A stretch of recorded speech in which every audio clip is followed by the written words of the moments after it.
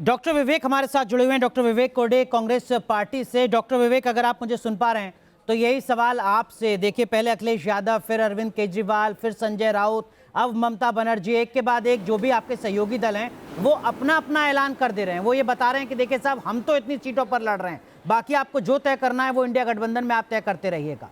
सवाल तो ये खड़ा होगा ना सर कि क्या वाकई ऑल इज वेल?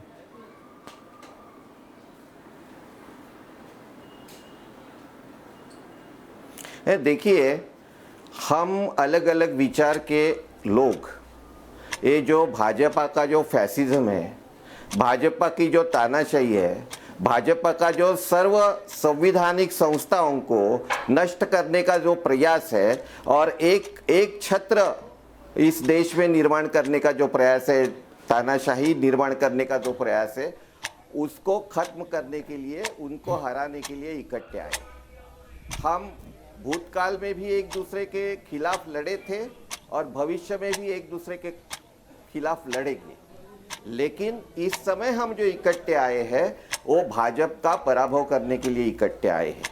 और जो हमारे में जो भी मतभेद रहेंगे, हर किसी पार्टी को पूरा हक है कि उनका विस्तार करने का, उनका नेतृत्व निर्माण करने का, पूरे देश का नेतृत्व कर निर्माण करने का। ठीक है, लेकिन और उसमें हमारी कोई, जो आप कह रहे हैं, उसके लिए हम कोई ऑब्जेक्शन ले नहीं सकते और कोई किसी पार्टी के ऊपर नहीं ले सकती। लेकिन तो ठीक है डॉक्टर विवेक, हमें सुन लीजिए, जो आप कह रहे हैं कि देखिए साहब, हम पहले भी लड़ते रहे, साथ में एक दूसरे के आगे भी लड़ते रहेंगे, एक दूसरे के खिलाफ। अभी हमारी लड़ाई बीजेपी को हराने के लिए।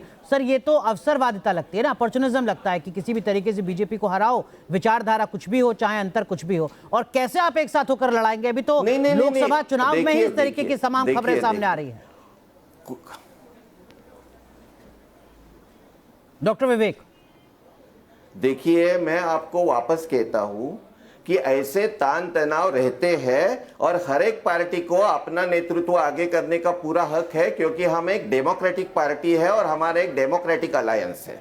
उस डेमोक्रेटिक अलायंस में हम अलग अलग विचार के लोग इकट्ठे आए हैं, लेकिन एक विचार पक्का है कि इस देश का प्रजातंत्र, इस देश का संविधान और इस देश का ऐक्य हमें बचाना है। और इसके लिए हमें जो भी कम ज्यादा आगे पीछे जाना पड़ेगा हो, हम आगे पीछे जाना पड़ेंगे। आप देखना राकेश त्रिपाठी, ये आगे पीछे जाना लोकतंत्र है या अवसरवादिता? राकेश त्रिपाठी, हो जाएगा और हम एक सशक्त चैलेंज। ठीक है, देखिए अनुराग जी, हाँ बस ठीक है।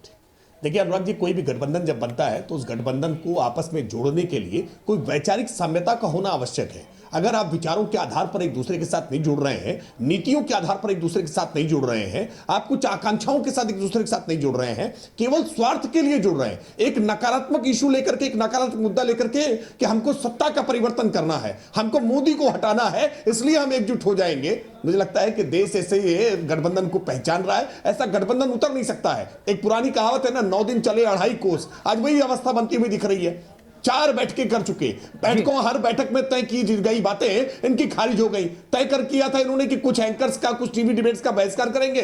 धीरे धीरे करके एक एक करके तमाम पार्टियों ने इनके इस निर्णय को नकार दिया। अब फिर सारे प्रवक्ता टीवी डिबेट्स में आने लगे। इन्होंने निर्णय किया था बैठ करके कि हम भोपाल में अपनी एक पहली जनसभा करेंगे। कमलनाथ ने मना कर दिया कि नहीं, कोई जनसभा नहीं होगी। जनता के बीच में जाने की हिम्मत नहीं जुटा पा रहे हैं। केवल फोटो अपॉर्चुनिटी क्रिएट करना, केवल मीडिया में सुर्खियां बनाने के लिए अलायंस की चर्चा करना। भाई, ये अलायंस को लेकर के जमीन पर जाना पड़ेगा ना। कैसे लेकर के जाएंगे जमीन पर? दिल्ली में एक भी सीट देने के लिए आम आदमी पार्टी तैयार नहीं है। पंजाब में गठबंधन करने के लिए आम आदमी पार्टी तैयार नहीं है। बंगाल में ममता दीदी सीट देने को तैयार नहीं है। बिहार में जेडीयू और आरजेडी के बीच में ही इस समय खटपट चल रही है। ऐसे में कांग्रेस पार्टी को वहां कौन एडजस्ट करेगा? उत्तर प्रदेश में कांग्रेस पार्टी का जितना अपमान हो रहा है, ऐसे में उत्तर प्रदेश में कांग्रेस पार्टी कैसे चुनाव लड़ेगी? कांग्रेस पार्टी तो अपने अस्तित्व के लिए संघर्ष कर रही है, बैसाखियां जरूर तलाश रही है, चाहती है कि गठबंधन बन जाए, लेकिन गठबंधन की कीमत क्या होगी ये कांग्रेस पार्टी को तय करना है।